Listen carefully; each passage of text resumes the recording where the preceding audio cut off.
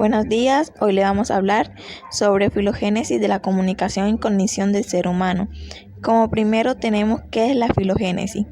La filogénesis es un proceso evolutivo de los seres vivos, desde nuestros antepasados hasta la actualidad. De la filogénesis se desprende la ontogénesis. ¿Y qué es la ontogénesis?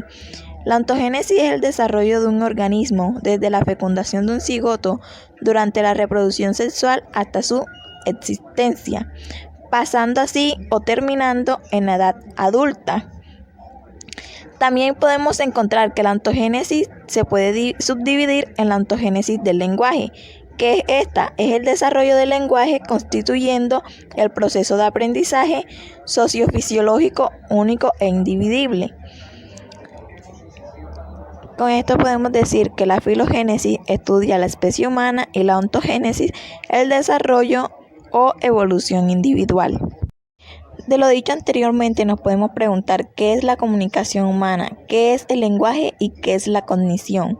La comunicación es un proceso innato en el hombre, una necesidad básica para que venimos determinados biológicamente. El niño desde que nace está comunicándose a través de diferentes códigos como el balbuceo, el llanto, etc. La comunicación es un acto de relación humana en el que dos o más personas intercambian un mensaje mediante un lenguaje o forma de expresión. Este proceso es interactivo y social. La comunicación humana nos permite conocer el mundo que nos rodea, expresar nuestros sentimientos e ideas, organizar nuestros pensamientos y comprender el sentimiento e ideas de los demás. El lenguaje es una función superior que desarrolla los procesos de simbolización relativos a la codificación y decodificación. La producción del lenguaje consiste en la materialización de signos sonoros o escritos, que simbolizan objetos, ideas, etc.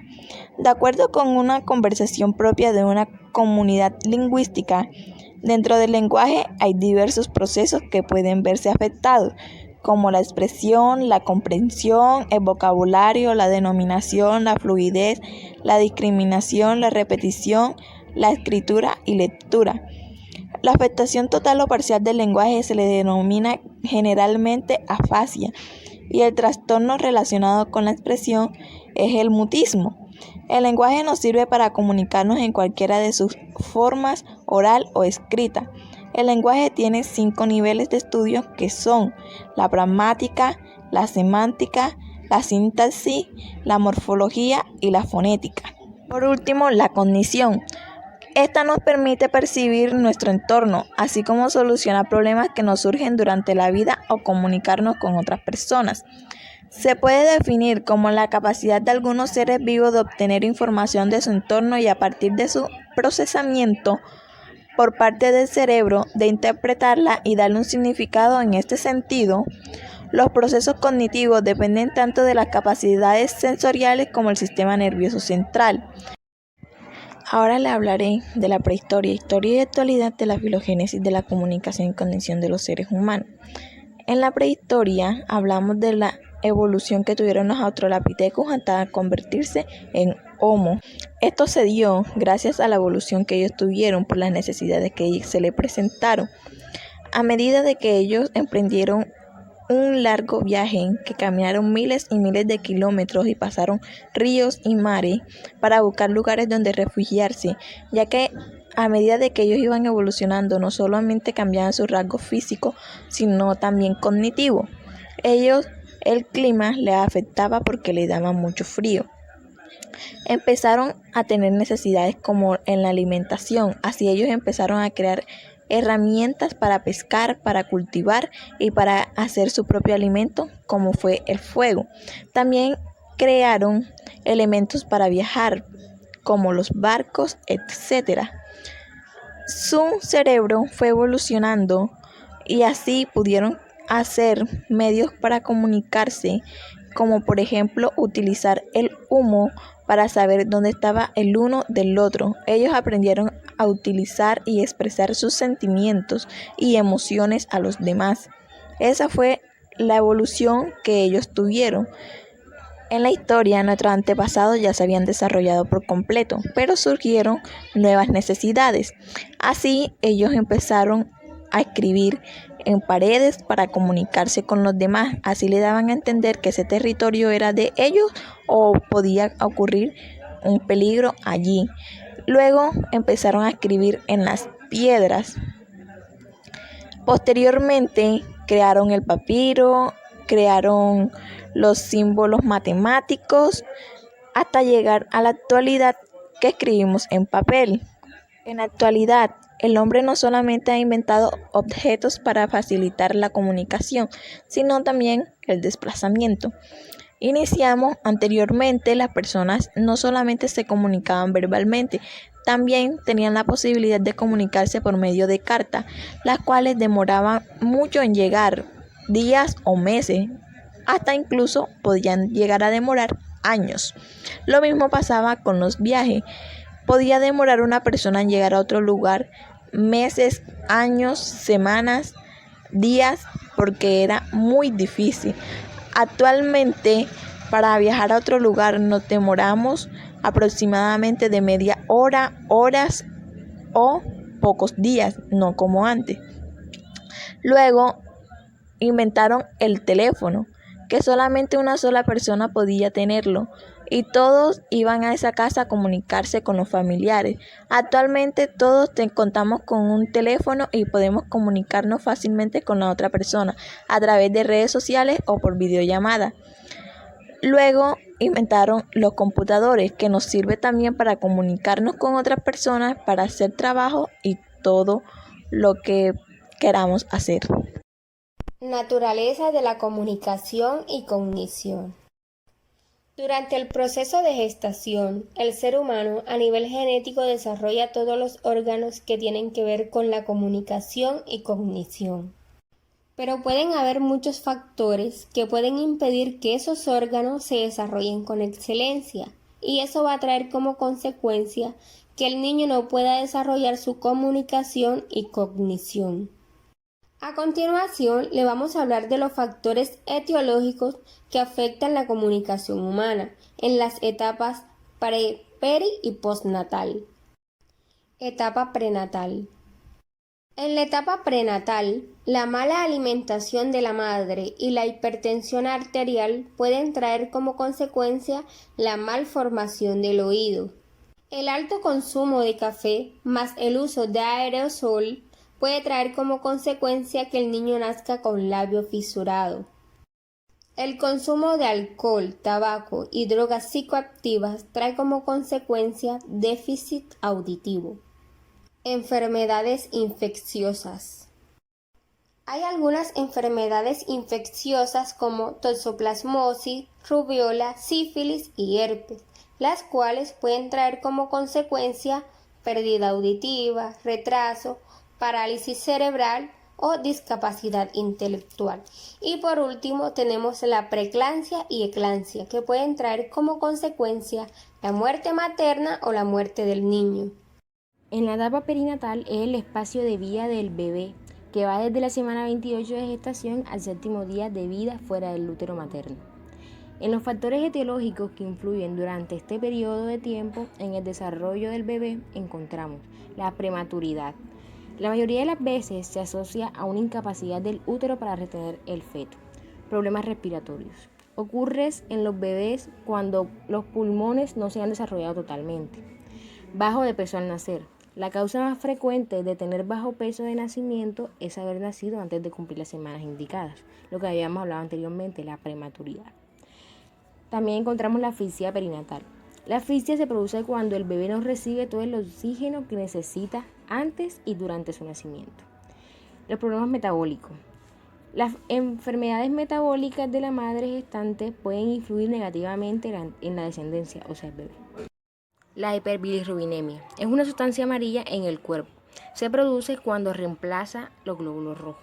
La hipoxia perinatal es el aporte inadecuado de oxígeno en los tejidos. El uso inadecuado del forceps. Si no se usa correctamente, este puede causar problemas en el bebé. Un ejemplo sería un daño en el cráneo. También encontramos la hipoacusia. Es un problema en el déficit auditivo y es producido por la rubiola congénita o otras enfermedades. Etapa postnatal. Comprende desde el nacimiento hasta la muerte del ser humano.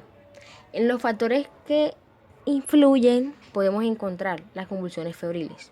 Este tipo de convulsiones suelen estar relacionadas con enfermedades respiratorias de fiebre alta. También encontramos la labirintinitis. Es la inflamación del oído interno quien se encarga del control del equilibrio. La dislalia es un trastorno del habla generando mala pronunciación y expresión. También podemos encontrar los factores biológicos y los factores ambientales. En los factores biológicos, estos afectan su crecimiento, ya sea por su prematuridad o por tener algún tipo de discapacidad. En los factores ambientales nos encontramos aquellos casos donde el apego entre los niños y los padres es muy grande y esto afecta demasiado cuando el padre o la madre tiene distancia con ellos. Semiótica es la ciencia que estudia los diferentes sistemas de signos que permiten la comunicación entre individuos, sus modos de producción, de funcionamiento y de recepción. La semiótica no se trata de un acto de lectura, sino de una actitud de exploración de los mecanismos que lo sostienen.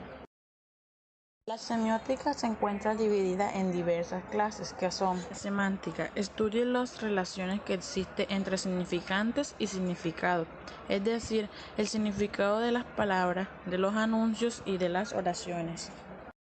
La onomasiología se encarga de nombrar a los objetos y establecer las diferentes denominaciones para una misma cosa. La semasiología estudia las relaciones que existen entre un objeto y su nombre.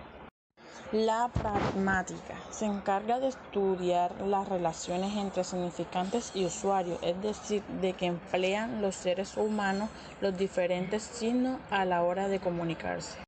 Y por último, la sintaxis se encarga de estudiar las relaciones que se establecen entre los diversos significantes. La semiología es el estudio de los signos, códigos, lenguas y señales. Y también abarca todo lo que tenga que ver con la lengua de señas y señales de tráfico o códigos. El lenguaje es exceptuado de la semiología. Por esto es que se define como el estudio de signos no lingüísticos. Acá tenemos la comunicación y expresión, y esto es porque el estudio de los signos es muy indispensable para nuestra comunicación y nuestra necesidad de expresarnos.